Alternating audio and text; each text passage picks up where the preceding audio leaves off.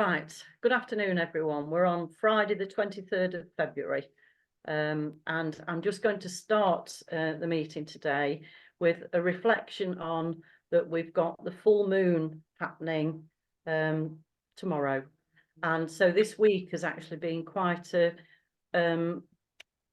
week influenced by the preparation for this full moon, and I'm just going to read this section from my moonology diary. Okay, so just to bring us into the meeting, ready to start. Okay, so it says this week it's a full moon week and emotions are running high, so make sure you don't overwhelm or smother someone with too many of your feelings. Of course you should express your emotions, but be sure to self-regulate and give yourself what you need instead of vomiting your feelings all over others who may not be equipped to take it. And as I said just before we started the recording, that's why we're here. We're equipped to take it. We're equipped to help each of us in this journey. And the quote of the week is, people who are crazy enough to think they can change the world are the ones who do. And that's a quote from Steve Jobs.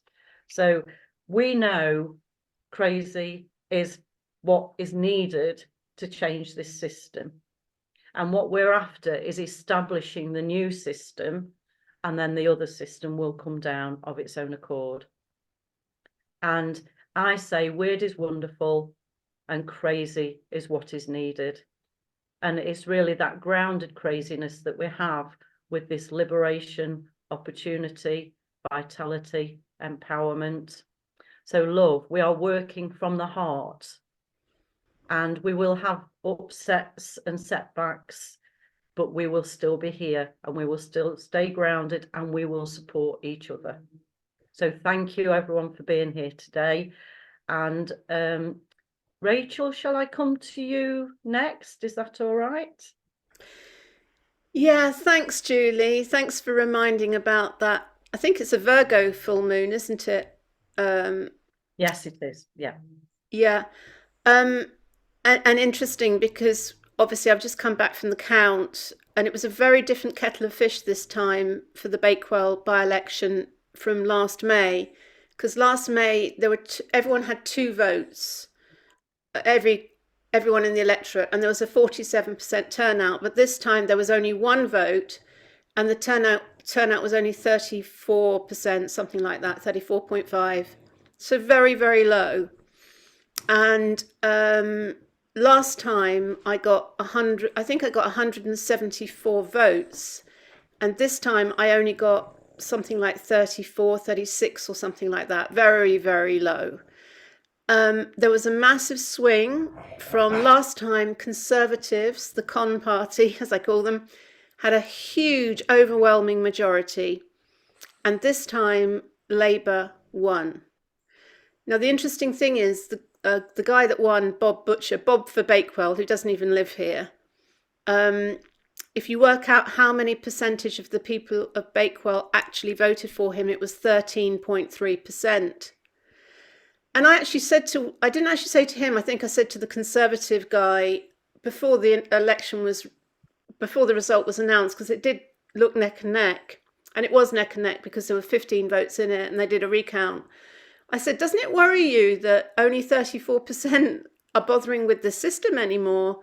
And he was like, oh, well, that's perfectly normal. I said, but doesn't it bother you? And it was also interesting because Sarah Dines was there, our local MP. And I said to her, I said, were you at the ceasefire genocide debate? She said, yes, I was. I said, well, how did you vote? She said, we weren't allowed to vote because Keir Starmer put pressure on the speaker to prevent the SNP debate. And I said, well, I think it's incredible that Rishi Sunak is in favour and is supporting Israel and the genocide of innocent women and children in Palestine. She says, I'm not here to talk about genocide. I'm here for the count. I said, well, while these guys are counting ballot papers in Palestine, they're counting dead women and babies. She said, I'm not here to talk about genocide. I'm here for the count. And she walked off. And so I'm kind of in a Gemini, I've got Gemini rising, Gemini two minds about this. One half of me saying, give up. There's no point. It's a waste of time. It's so much effort for so little return. No one's voting for you. No one wants you. No one loves you. Kind of, the one side of me is like that. And the other side of me is kind of outraged at the system, outraged at politics, outraged at the shit show, outraged at the apathy, the sheer apathy of the people that can't even be bothered now to go and put an X in the box. And so I'm getting angry now. You can feel the fact that those people who are elected, that doesn't matter. As long as I got in, it doesn't matter that I only got 13% of the people. More fool them. I still got in and I've got my seat. So it's just, it feels like, it feels so wrong on every level. But there is a big part of me that is wondering, is it worth it? It costs me a huge amount of money personally. I haven't had much support in terms of donations. I've probably only had about £60 so far. It costs me 200 to get my leaflets designed, and I think another 300 and something to print them. So over £500. But on top of that, the sheer amount of time. I mean, I delivered a lot of them myself, and the effort. I mean, it was very strenuous to go to so many houses, up and down steps and hills, and round all the villages in the pouring rain. I mean, it was just kind of like, it felt like a real like a what's not torch, no, like a quest, like a odyssey, like a pushing through and like a marathon, like just keeping going, and every single leaflet got delivered. Yeah. But it was like exhausting. It was exhausting. So I'm kind of at that point now of I'm at a Marianne Williamson-esque point where, because she basically gave up on her campaign a couple of weeks ago. So I didn't realise she'd given up. Well, I think she's suspended it. Right. But she had a similar sort of dark night of the soul. I think on some kind of ballot she didn't get much support, and I don't think she's getting much support in donations, and it costs a lot more in America than it does here. But I don't know if I don't have the personal wealth to be able to just pour money endlessly into electioneering without support. People might think I'm a multimillionaire. I'm not, So this is where, Rachel, when you think of that 13.3% that voted for him, I think you said 34% turnout, but that's only the people that are registered to vote. There will be loads of households, loads of adults that aren't even registered to vote. Well, my sons were apologising because it's like, Mum, I could have voted. Like 3 of my 5 sons aren't registered to vote, and the one who is registered to vote didn't. No, actually, none of them are registered to vote. No, none of them are registered to vote. So actually, I could have got 4 extra votes if I'd really pushed them. But yeah, but and this is just showing the disparity in the system, and this is what we are here to change. Because at the moment, what people are allowing are those people who, and if we use the term bother to vote, but choose to vote and choose to be registered to vote.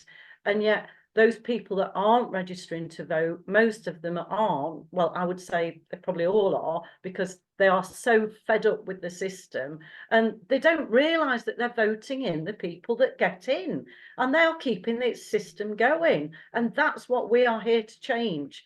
And we've got to keep having patience and endurance. But honestly, when I was doing the Mayor of Mansfield deliveries, and I did one day and I did about 8 or 9 hours, and I'd worn decent boots and socks didn't get any damage to my feet. The next day, I did less hours, wore a different pair of shoes and socks, and ended up with each of my feet had got problems with blistering, with bruised toenails, etc., etc.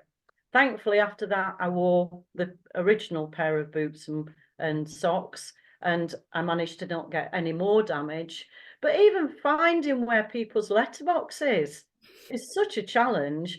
And I know on one occasion I was pushing, because I learned to push the leaflet through the door with a little stick. The stick got nicked by a dog on the other side of my fingers, which, I mean, it is laughable, but it could have been my fingers.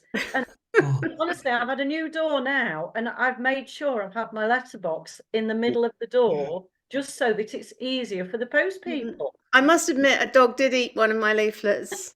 I saw through the glass. And I know at least mine got eaten. But also the other day, I'm in my house here, and the Labour guy delivered a leaflet ready for the next election that hasn't even been announced yet. And it was our Mayor of Mansfield. So am I paying for him?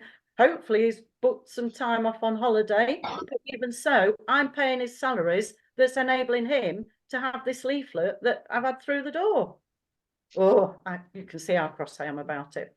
Right, anyway, shall we go to Simon next, and then I'll come to Roger. Is that all you wanted to say for now, Rachel? Yeah. Yeah, and thank you so much for being there, for being an inspiration for all of us, because it's you and Lynn that even got in touch with me. I know I'm classed as a co-founder, but I really know that you two are the key first co-founders of this love movement, and for Lynn to have had that idea, that inspiration of liberation, opportunity, vitality, empowerment, but through both of you and contacting me, that's why we are where we are. And we've got to keep in there, because we are here to help bring a new system in, and we will let the other just dissipate itself. Just a small correction. I've just worked out, I think I've had £90 in donations. Just to correct that, I think it's been 90. Yeah. Isn't that interesting? Yeah, numerologically wise, you'll have thought it was 6, and now you reverse the 6 to the 9. There'll be a reason that, and that's your energy coming back again, Rachel. Okay. We will not let them have your energy. You are protected. You are in that place of love, and we are going forwards. So Simon, going to come to you now. I'm curious, Rachel, how many actual votes did Mr. Butcher get? Hold on, I'll get the list. And I know when I had my vote count day, it was, and I was told off for talking to our local MP, Ben Bradley, about politics during the vote count.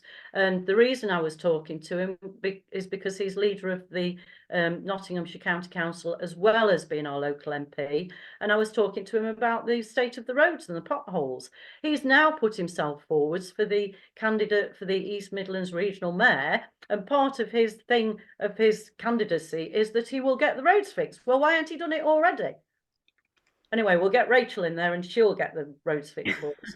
So, Rachel. So just here's the statistics. So on the electoral register, so people registered to vote in the Bakewell ward, 3,508, of whom 1,243 actually bothered to vote, which is a turnout of 35.43%. So of that 1,243 votes cast, 467 went to Labour. Conservative got 452, so there was 15 votes in it, and there was a recount, but that's way less than last time. Liberal Democrats got 161. Green Party got 73, Reform Party got 50, and I got 36.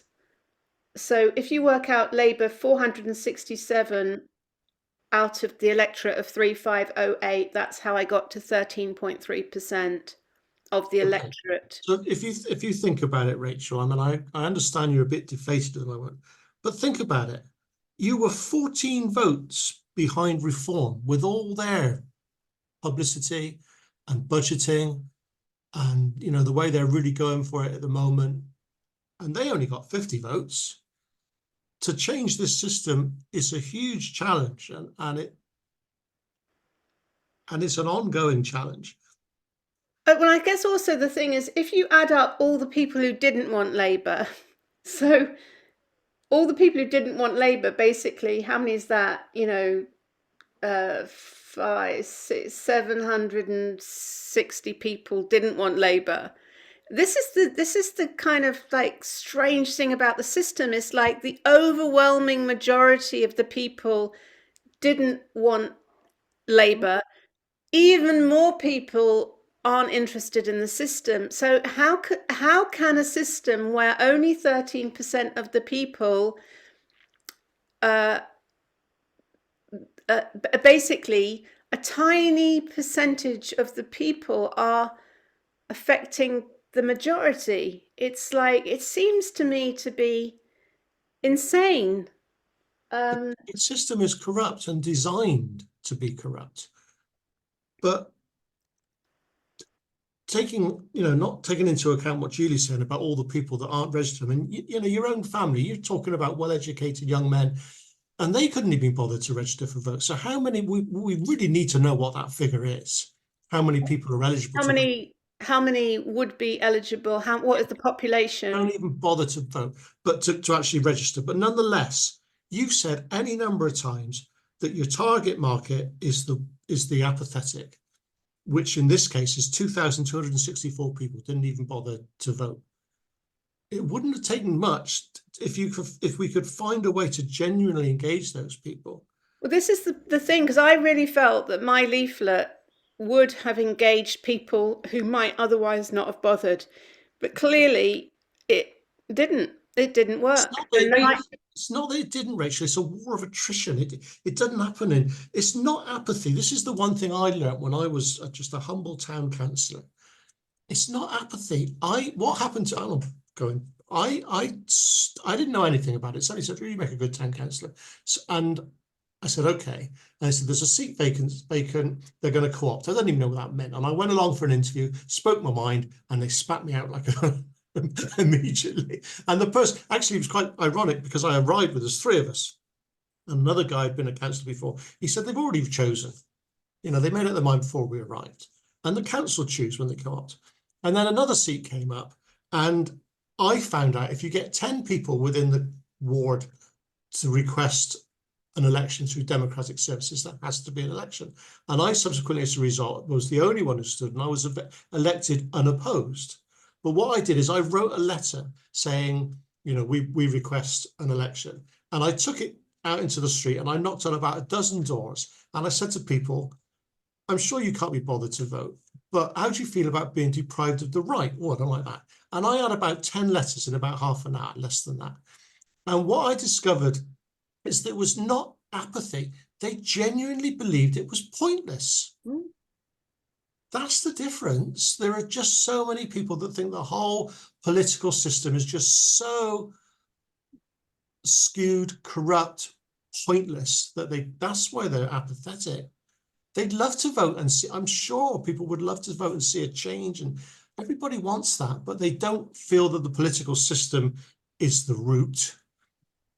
And the net result of the fact is you end up with a situation where you get people elected on 13% of the vote who know that it's corrupt but don't care. Yeah, but also not only that, Simon, what they do, the Labour and the Conservative and the others, they actually rally around and put pressure on people to go and vote for them. And I've even heard of someone who lived near one of the candidates in the particular election, and because they hadn't been to vote, the candidate had found out from the polling station, which they should not be allowed to do, and they went and knocked on their door and told them to go and vote. Labour did that yesterday in Bakewell because my son was in the spa, and the Labour team came in there and said, "Have you voted?" And and he was like really putting pressure on my son, who was behind the counter working. And so definitely, and this is the thing. I'm sorry, I'm going to have a rant about this, and sorry, Roger, I know you haven't had time to speak yet, had a chance to speak yet, but the interesting thing was there were two police officers there. They suddenly arrived during the count, and it was opposite Matlock Police Station, Matlock Town Hall we were in, and I was just like, I could feel my whole nervous system activating. And I actually went up to the returning officer and I quietly said to him, "Is it normal for the police to be here? Because I thought they'd come to arrest me." And he said, no, that's normal. And then they went and it was fine. But the system is so stacked in favour of the mainstream parties and against the independents. And as we've found, I mean, all of these rules of like all these complex rules to make it fair, it's not fair. I mean, there's so much support for Conservative and Labour. And I actually said to one of the candidates, I forget which, I think I was having a conversation with the Lib Dem guy. I was just saying, how bad would the Conservatives and Labour have to get for people to actually stop voting for them? How bad would it have to get, you know? So anyway, rant over. So I'm assuming you didn't have to pay a deposit for this one. No, it's free, local councils, but obviously the stakes are much higher for the East Midlands mayor and the MP because it's £500 for each, and you have to, as you found, you didn't get your deposit back. Yeah, but even looking at your 36 votes, Rachel, I know how I felt, and I was gutted at first, but then no, okay, just accept it. But even the Reform wouldn't have got their deposit back. Yeah, I've just worked it out. And when you think 772 people voted the opposite of wanting Labour, and only 467 voted for Labour, that is a significant amount of people, even of those who chose to vote that didn't vote for who has now got in. Yeah. And that is wrong. So we'll just go to Roger now. Thank you very much, Roger, for being so patient. Well, you know, I like to listen to you as well. It's not just me. I've got my own thoughts, but I like to know your thoughts. What I am concerned about is I'm going to electioneer, canvass on the basis of no tax. I want to abolish tax, apart from VAT, because there's enough VAT to cover everything else that people need. But I do think that we all have to have the same objectives. I know you said we don't want to sort of echo the current parties and have manifestos and things like that, but can we just have objectives? I mean, that's my objective, and I think we've got to be unified. You know, I can't just be spouting out my objective here in York and you spouting something else. So I mean, can we be unified about our objectives? Well, Roger, personally, I know I'm going to let you come in a second, Rachel. We are properly independent, and each person and each community has completely different, quite often, needs. And so we're not saying that you can't say that, but we are unified in that we are allowing that flexibility and that focus on what each individual election campaign is needing and what each individual feels inspired to bring forwards on that. So Rachel, I know you wanted to say something. Yeah, I mean, one of the things about doing a campaign and leafleting, and I probably visited 1,500 homes in Bakewell, the massive disparity in wealth between like the council estates and the big houses up the long gated drives, which are a pain to leaflet, if you can even get in there, you know. And so to have no tax, you see, that's something I couldn't stand on that. I couldn't stand on no one paying tax. I could stand on maybe like no tax up to maybe, you know, £30,000, for example. So most people who are on a kind of basic wage, like I'm not quite, I think the average wage is at 18 or 20,000, isn't it, or something like that. But I could back that where no tax up to a certain point. But I do feel that if you're hugely wealthy and I just know about capitalism through being in business, a lot of money is made off the working people. And if you get a business up and running, Rachel, all the money's made off the working people. well, yes, but that's what Yeah, I'm saying. So absolutely. if you manage to create a business and you've got maybe like we had 150 employees in the heyday of red letter days, and yeah, our payroll was something like 4 million. It was a lot of money, but it was the busy worker bees, all being paid not that much money at all to be on the call center and everything, and like these big organizations. And there's so many of those that get away with not paying anything anyway. Yeah, relying on people who are desperate, who like become like a Amazon delivery driver. I mean, those guys, like, can you imagine being an Amazon delivery driver day in, day out with parcels? Oh my God. And so there's a lot of people who are not earning a lot of money, and with the cost of living and everything, as we know, there's a huge amount of people who are in food poverty, can't afford their heating, having to have two parents out at work, can't stay at home and look after the kids. I mean, there's the massive disparity. And so if you didn't have tax at all, that to me is, then there needs to be something to correct that disparity, basically. Yeah, so I think really what we're saying is that the tax situation and even abolishing tax is a lot more complicated than it initially needs. And I know the approach tends to be that if they want a war, they just print money. They don't even get it from the taxes. They print money. Yeah, well, that's true anyway. I agree with you there.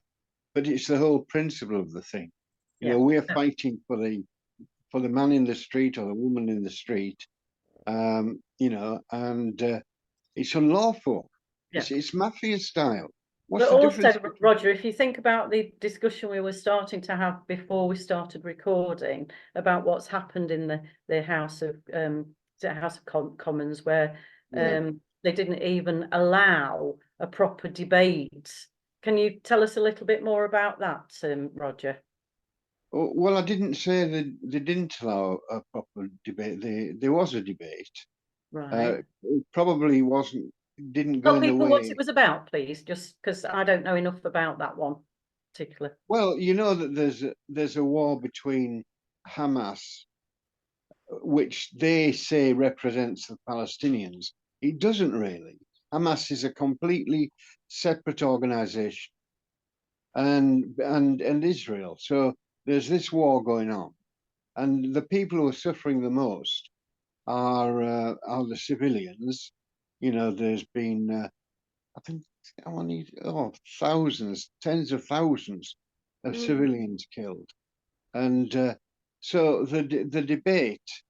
I couldn't quite figure what I was telling you before. I couldn't quite figure out what the debate was, because it seemed to me they were both wanting the same things, except there might have been a difference. It could have been that the Labour Party were more focused on a two-state solution. That could have been the difference. But Can I just explain exactly what happened? Yeah, you tell me, Richard, because I don't know. Yeah, so SNP put forward a motion under pressure from the people. They put forward a motion for an immediate ceasefire, and Keir Starmer would have lost. A lot of his Labour MPs would have voted in favour of that motion, and they were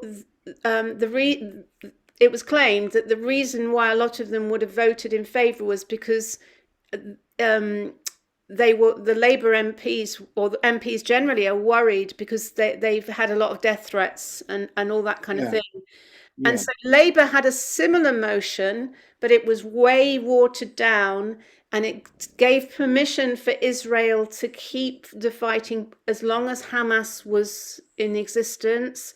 So it was a massively watered down ceasefire. And Labour, according to Sarah Dines, she said to me today that Keir Starmer put pressure on the Speaker to go with the Labour debate rather than the SNP one. Okay. And so they didn't, eventually the MPs didn't actually get a chance to vote on it, but she thinks it's going to be redebated next week. So basically, the whole thing was a complete fudge, and it kind of called into question the whole of, like, even we're talking about whether democracy works. Even the House, if even the House of Commons can be nobbled like that, like it kind of beggars belief, doesn't it? That Well, And we know so often how they whip, as they call it, people to going along with what they're told they've got to vote, even if they don't agree that's with it. wrong. It's wrong. Not this only is the thing, that, is that the Labour whip would not. That was the point. The Labour whip would not have worked because the people are actually under death threats and things like that from the people, from the activists. and yet they're allowing deaths. So, they are. Well, this is the point. So, you've got, that's the point. Like, if you're standing in public office, you need to sort of put your money where your mouth is. And that is the thing, is like, you need to vote according to your conscience, not according to the whip. And to me, if anything, if they really think this needs to continue, they should be the people that are doing the military stuff. But a lot of those wouldn't do it because they know it's not ethical and it's not respectful to life.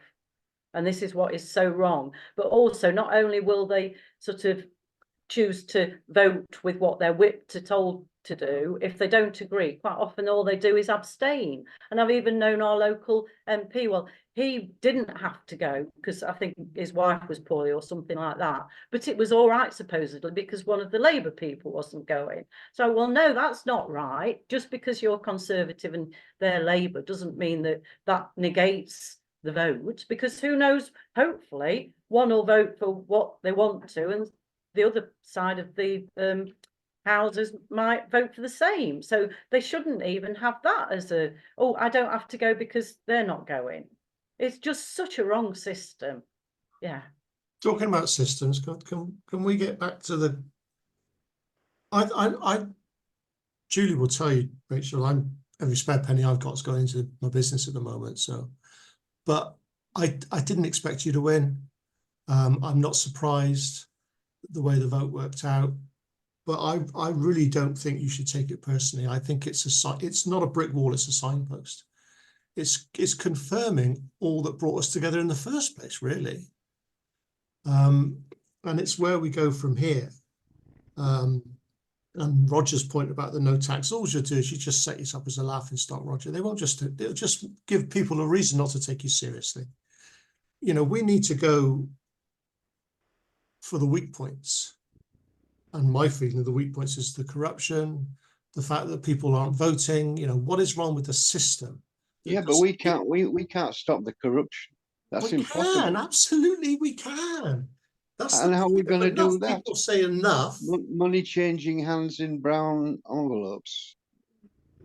That's what. That's why.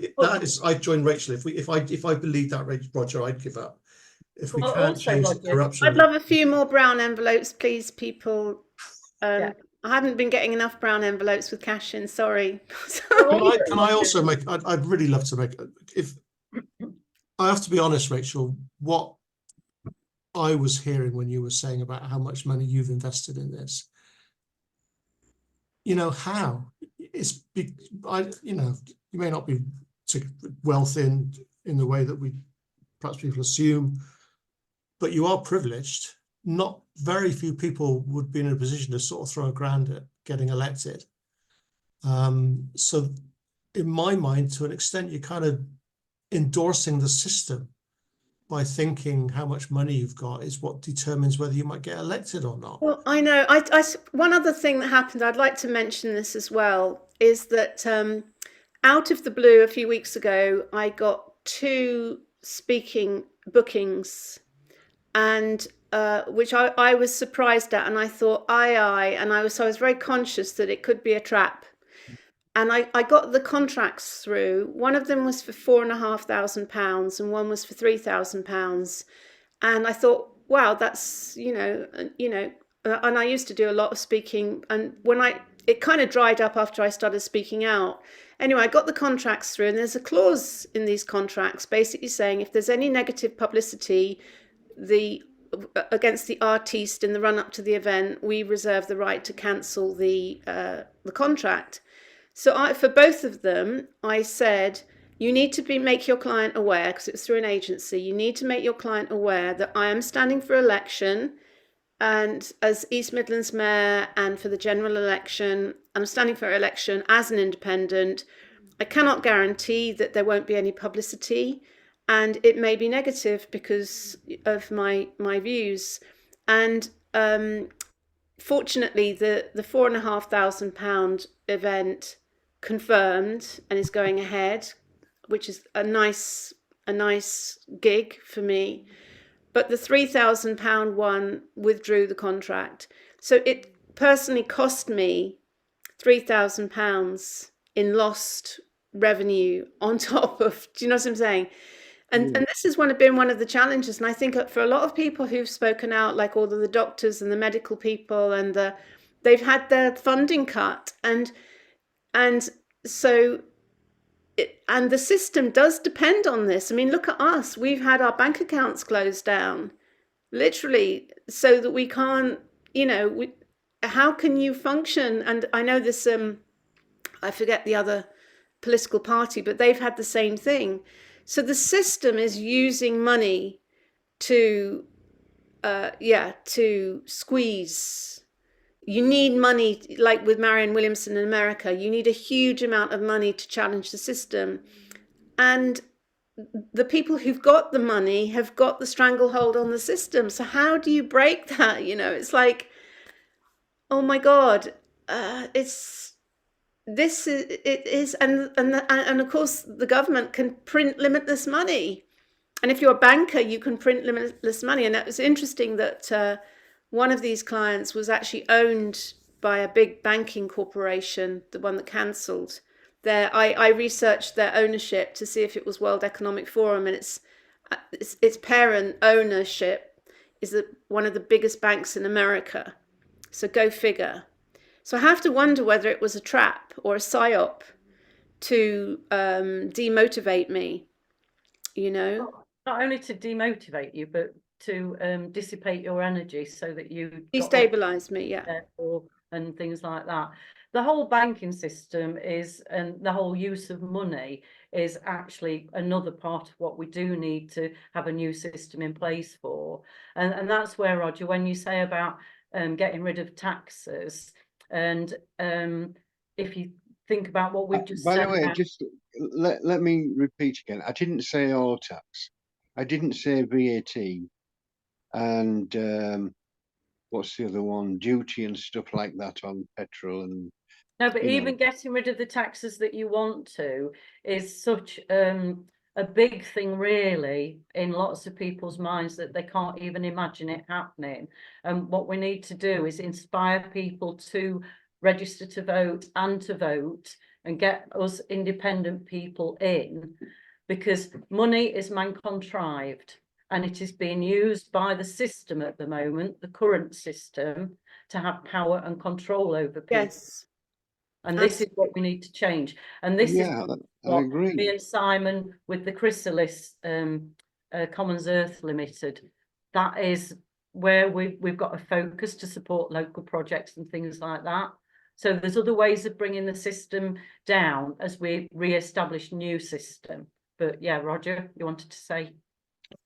Well, no, I was just going to say, we can't really involve ourselves in too many projects. I mean, I can't be involved in Chrysalis at the moment because I'm concentrating my resources on the elections.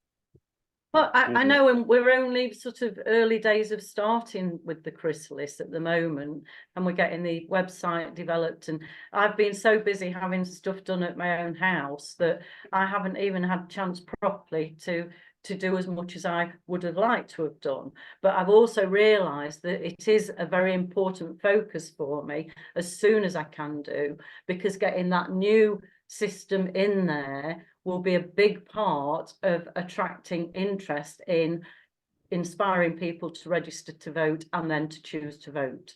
So it all depends on how we do use our energy and that focus and our own approach with what is the right thing. And I know when I first got involved with Simon with the chrysalis, it just felt right to do it then. And so it's been my journey to be in that phase with him and Maureen, who we're co-founders together.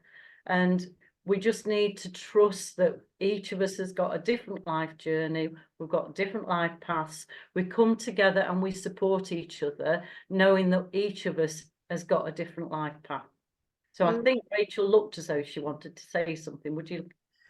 Well, I was just contemplating that there is another possibility here, because one of the big things that, because one of the reasons why that none of the other candidates actually lived in Bakewell is no one wanted to stand, and that's been a big thing at the moment. Of like the Reform woman, she got very cross because she challenged me on my statement, and I said I got the details from the returning officer because I wanted to double check that I was being truthful. And here is the link where you can see, although they didn't put their name on the candidate list, there is the return of all of the election officers, and if you're your own officer, gave all the addresses.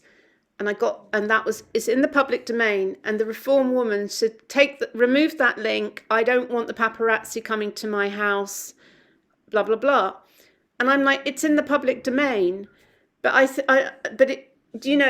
with this whole Israel-Palestine thing, you have to question, whether it's worth the risk to be an MP. I mean, it wouldn't take much. I know that there was that woman, the MP, forget her name, who was killed, wasn't there? Yeah, I remember. Cox. Yeah, and that sort of thing will happen. I know when I was a mayor candidate, someone local suggested that I had my letterbox taken out of the door and had a little box somewhere. And I said, look, if they want to take me out, all I need to be doing is walking on the street somewhere and they can take me out. If they really want to, that's what they will do. And that's where we must not be in fear. We must keep grounded love, go from the heart, feel that inspiration. I agree with that, Julie. But what I'm saying is, generally speaking, it wouldn't take much for to get to a point where people said it's just not worth it for me and my family. I mean, there was a whole thing of a question. One of the MPs had a whole campaign outside his house, didn't he? This thing, because you do have to give your address. Well, I know Ben Bradley's had threats to him, but whatever they continue the system that they're doing, they are going to have threats, because that is what they're causing people to get enraged about. What I'm saying is, what if it got to a point where no one would be prepared to stand, is what I'm saying. That is another possibility, where everyone said, I'm not prepared to stand. Well, you know what will happen then? We'll end up with the World Economic Forum or the World Health Organization, people being in charge of us. And that's what people don't want. And so hopefully we will keep inspiring people to put themselves forwards. It's exactly what's happening. It is sectarianism. It's getting like Northern Ireland, where being a politician is hugely dangerous because you're on one side or the other. Yes. There's nothing in the middle. And it is like they are wanting World War III to happen so that they can just take over dictatorship. But if you think of that woman being in fear of someone knowing where she lives, they know how to find out where she lives, whatever. There's private detectives and things like that that can easily do that. So if they really want to, they will find her anyway. So it's just, that is not a reason for her to respond like she did to you. But we're here to bring this through and keep inspiring people and to get people to register to vote so that they can get us independents in. I cannot feeling, Rachel, if what today or yesterday confirms more than anything than ever, the importance of the love movement. I mean, it is as simple as that. Hate's everywhere, and we're the antidote. Too melodramatic about it, but This is the thing. This is the crunchy thing, isn't it? If that is true, and if we are the antidote, then why are people still taking the poison, or why aren't people reaching for the antidote? Because otherwise, if that was true, and if my campaign was resonating with people, that, I mean, I just know this from marketing, you know, if you've got a good product, people will buy it. And I have to, as a marketeer, I have to say, well, why aren't people buying my products? You know, it's it's pretty stark, you know, like. But if you think, Rachel, of what they're doing with that poison, they are actually doing it deliberately to create brain fog. And so that is why people are being too compliant. And when you look at the compliance that happened 4 years ago in the March, and so many people have complied even overly what was needed. And so that's why they are like they are. But we've just got to keep going, because we keep getting that message out there, and people are starting to realise, particularly with all these excess deaths and illnesses and things that are happening, they are starting to realise that things aren't right. And I was watching, I think it was a Richard Vobes thing to do with the John O'Looney and the deaths that are happening and what they're finding in the different blood vessels of people that's never been found before.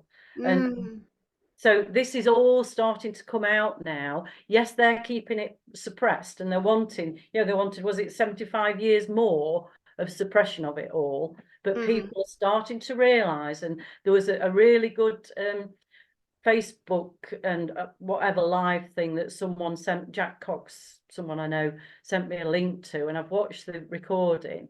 And in that they were saying that those people that have sort of been brought up by very loving and had a really easy childhood or whatever, they tend to be quite compliant, whereas people that have had happenings in their life might be the ones more likely to stand up and voice. But what we've gone through over the last 4 years, people are starting to realise that this is wrong. And that's why so many people aren't even registered to vote, and so few even choosing to vote that are registered. And we've got to keep inspiring them. And it's meeting the people where they are enough with things that they're bothered about that will inspire them. And then we can bring the new system in to let the old systems fall down. Yeah. And when you think I mean, I'm 64 this year, what I experienced as a child, and even at 5 years old, I was catching a bus on my own to and from school. Okay, mum met me at the far bus stop, but I was having to literally walk across the road on my own at 5 years old to catch a bus. Wow. Yeah, and I did that, and I used to go out on my own as well at home. These days you couldn't do it because we've got so much clutter.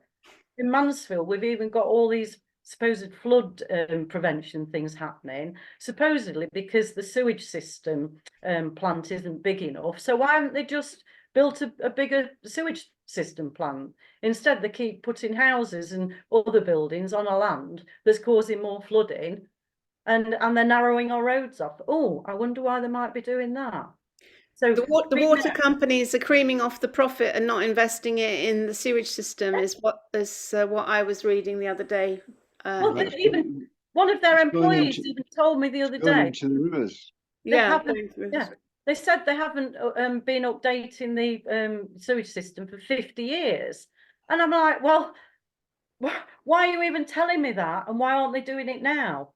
You know, and they just, but this is the nonsensicalness that we're going to come through. But we have got this very chaotic full moon that's happening, and it's been influencing all this week as well.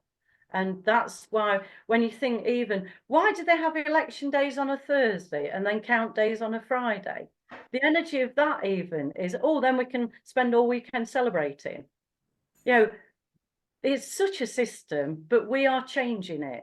And we've got to keep voicing, keep standing up, keep being good role models, and know that we're dropping seeds, but know that many of those seeds might fall on barren land, but who knows when it's going to find somewhere to start to grow.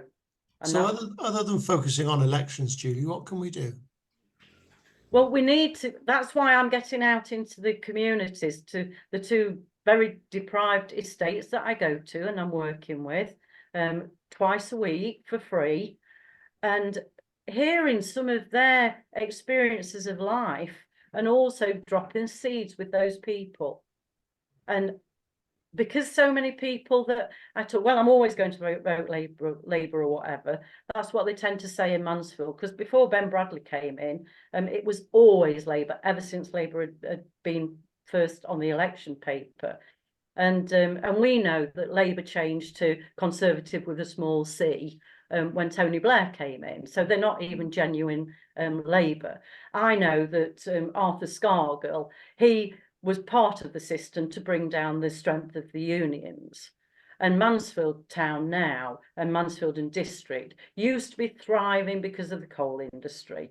And I know they had significant adverse working conditions, and more miners died doing their national service down the pit than any died number-wise in military, but they've never really been properly acknowledged for that, and the working conditions that they have. But this is why they've got the slave labour. They've got the people doing ridiculous shifts, and I know of various people doing ridiculous shifts. Sometimes they're on night shifts, sometimes they're on days, but even day shift, they can be having to get up at 4 o'clock in the morning.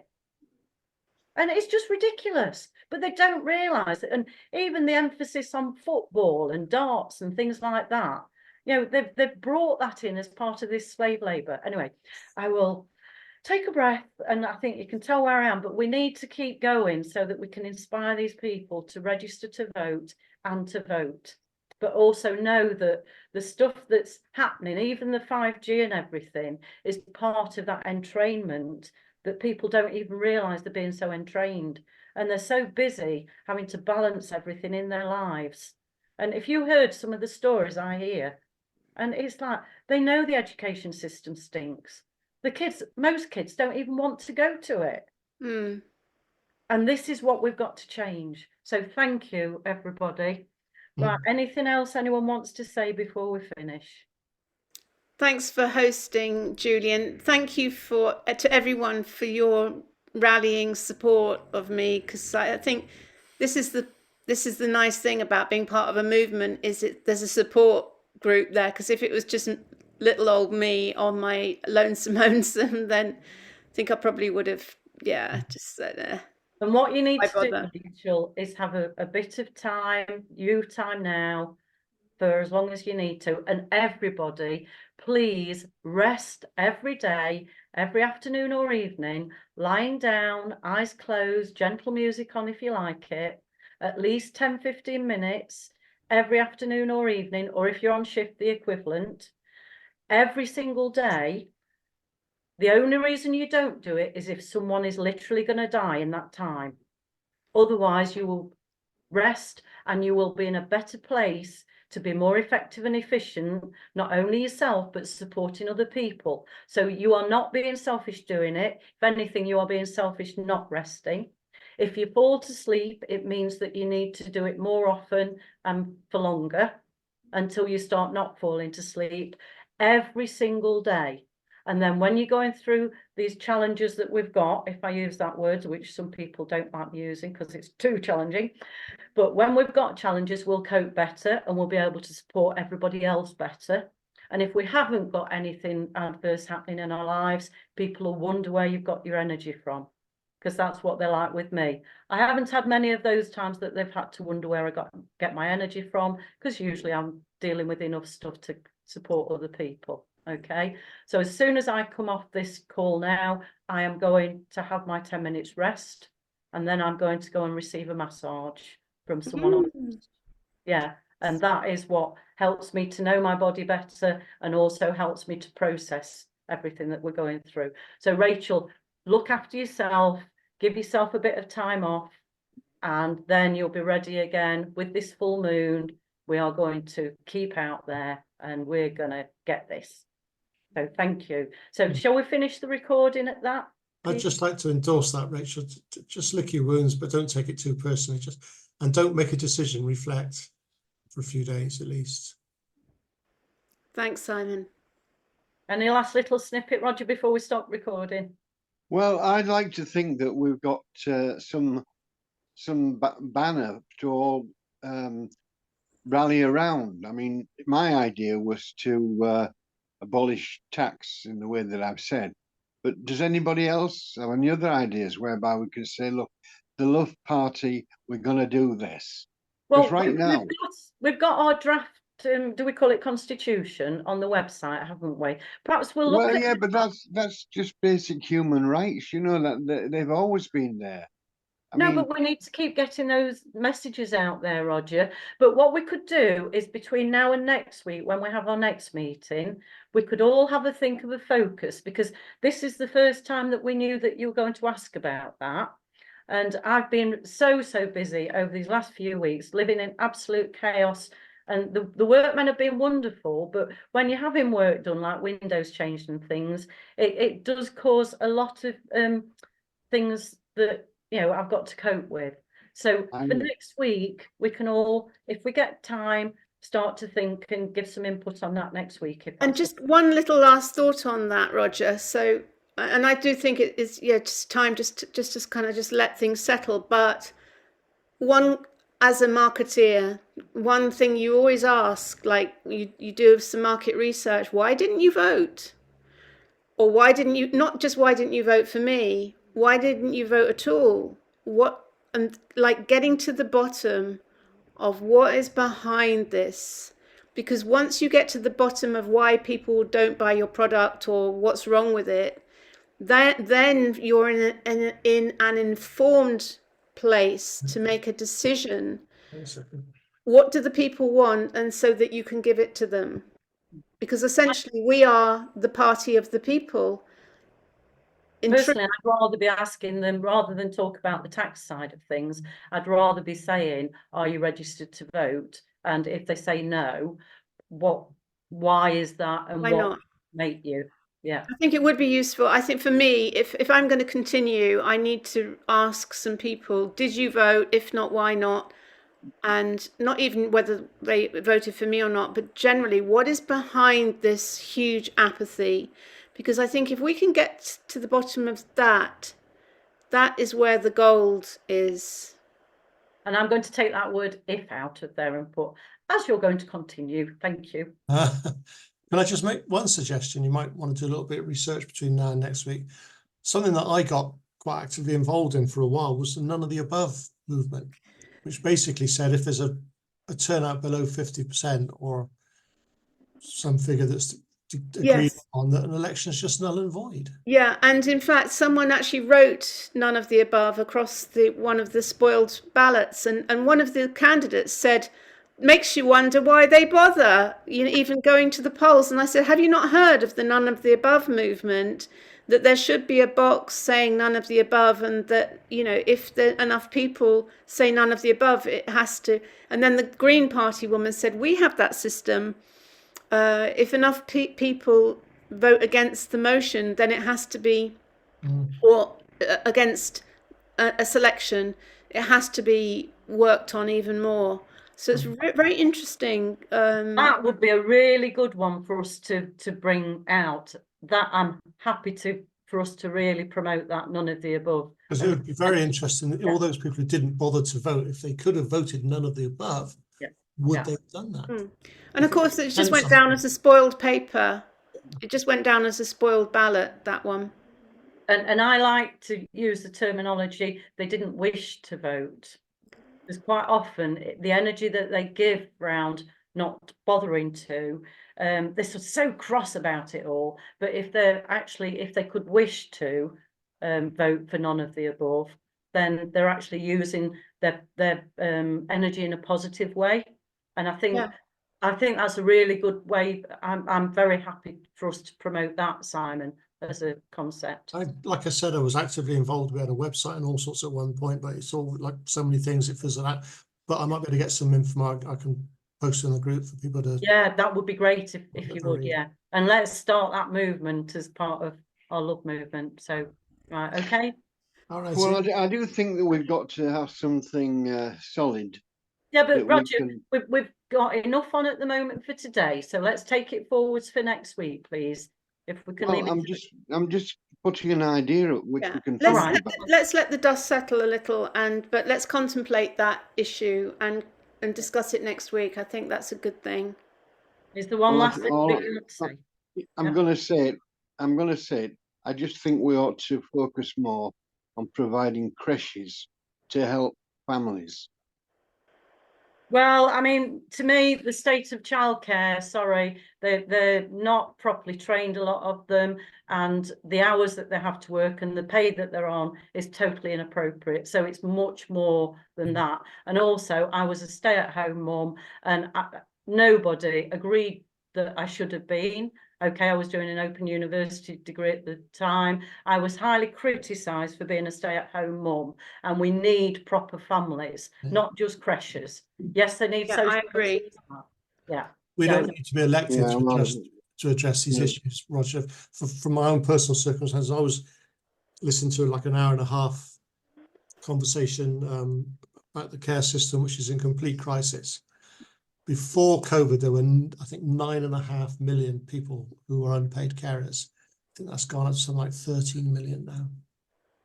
But also the carers that I've seen, yes, there's some lovely carers, but also I've seen some that they do not even know how to properly care, and it is totally inappropriate. And also, I mean, from what I can gather, when they made nurses into a degree level, I even heard of a nurse saying to the more long-standing nurse, oh no, I can do the paperwork on that, but I can't go and do anything with the patient. So it's the whole system that needs to change, and we need to put a new system in.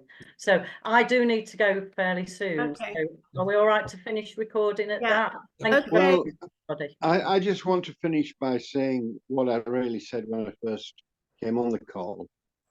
If we don't do it, who will? And that's what I say to myself. Every time I think about, oh, I should pack this in, I always say, if I don't do it, or we don't do it, not I, if we don't do it, who's going to do it? And it's got to be done. Because if we don't, we're just going to go into a communist system. Plus, everybody needs a hobby. And that's why people come into this meeting. I know there's 4 of us today, but even if it was only 1-on-1, but even knowing that we have this weekly meeting is support for people. And sometimes when people don't come, it's actually a good reflection on how supported they're feeling. And we've got the background Telegram group for us beacons anyway, that we support each other with. And we can also ring and contact each other in between. So 12's a good number, I'm told. What? 12. 12. 12.